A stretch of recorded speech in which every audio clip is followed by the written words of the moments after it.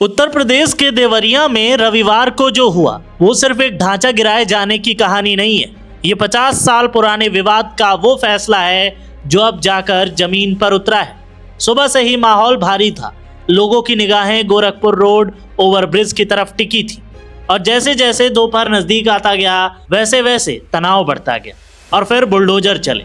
Gorakhpur road overbridge से सटी हुई करीब 50 साल पुरानी एक अवैध मजार पर नगर पालिका की कार्रवाई शुरू। ये कोई जल्दबाजी में लिया गया फैसला नहीं था, बल्कि वो मामला था जो सालों से फाइलों में दबा पड़ा था और आज आखिरकार सड़क पर दिखाई दिया।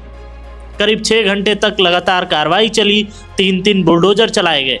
सबसे पहले गिराया गया मेन गेट, फिर एक एक करके बाउंड्री तोड़ी गई, 6 पिलर ढाए गए, 3 दुकानें हटाई गईं और आखिरकार वो पल आया जब मजार की गुंबद पर बुलडोजर चला।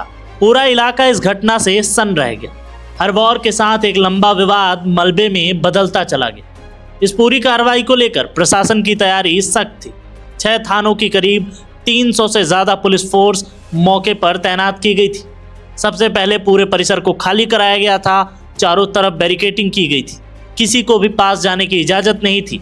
कार्रवाई के दौरान एसडीएम खुद श्रुति शर्मा मौके पर मौजूद थी और हर कदम पर पैनी नजर बनाई हुई थी। प्रशासन एक भी चूक नहीं चाहता था, क्योंकि मामला सिर्फ ध्वस्तीकरण का नहीं था, बल्कि कानून व्यवस्था और संवेदनशीलता का भी था।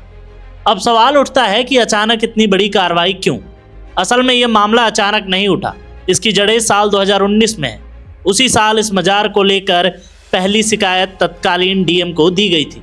शिकायत के बाद आरबीओ, तहसील और लोक निर्माण विभाग के अधिकारियों ने मौके का निरीक्षण किया।